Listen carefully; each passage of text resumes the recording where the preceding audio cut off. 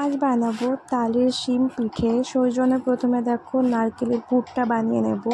So নারকেলের পুর বানিয়ে নিয়ে নারকেল কুড়ো দিয়ে দিলাম এবং তার মধ্যে দিয়ে দিলাম চিনি। সেগুলোকে দেখো ভালোভাবে মিক্স করে নেব একটু জল দিয়ে, চিনিগুলো যেন গলে যায়। তারপর এর মধ্যে দেখো দিয়ে দেবো আমি গুঁড়ো দুধ।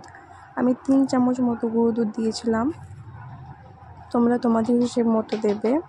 সেগুলোকে দেখো ভালোভাবে মিক্স করলেই তৈরি হয়ে যাবে। সেগুলো আমি আলাদা পাত্রে উঠিয়ে নেব। আর এদিকে আবার কড়াইয়ে দিয়ে দেবো দেখো তালের পাল্পটা, দিয়ে দেবো ওর মধ্যে জল দিয়ে সেটাকে আমি ভালোভাবে মিক্স করে নেব। আর তারপর ওর মধ্যে দিয়ে দেবো একটু সামান্য চিনি, দিয়ে দেবো সেটাকে ভালোভাবে নেড়ে নেব আমি। এরপর দিয়ে দেবো আটা, গমের আটা দিয়েছি আমি এখানে। সো একটু একটু করে আটা দেবো আর সেটাকে আমি ভালোভাবে মিক্স করে নেব। দেখো এভাবে মিক্স করে নেওয়ার পর এটাকে আমি একটা ভালো ডো বানিয়ে নেব। সেটাকে দেখো আমি ভালোভাবে ডো বানিয়ে নিয়েছি। এবার এগুলোকে আমি ভালোভাবে বেলে নেব। আর বেলে আমি দেখো এই টিফিনটার সাহায্যে এভাবে গোল গোল করে এগুলোকে কেটে নেব, যেভাবে আমি দেখাচ্ছি সেম এভাবেই।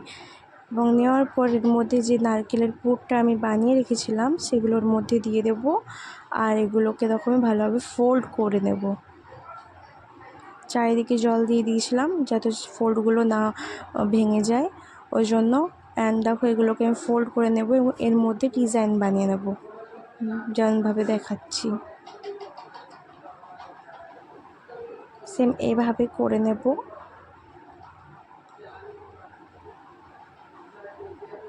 হয়ে গেল একটা। দেখো এভাবে আমি সব পিঠেগুলো তৈরি করে নেব।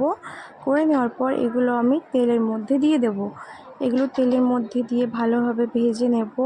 নেওয়ার পরই তৈরি হয়ে যাবে তালের শিম পিঠে। দেখো এভাবে কালার চলে এসছে। এবার এগুলোকে আমি তুলে নেব। সেগুলো তৈরি হয়ে গেল। ভালো লাগলে লাইক শেয়ার সাবস্ক্রাইব করে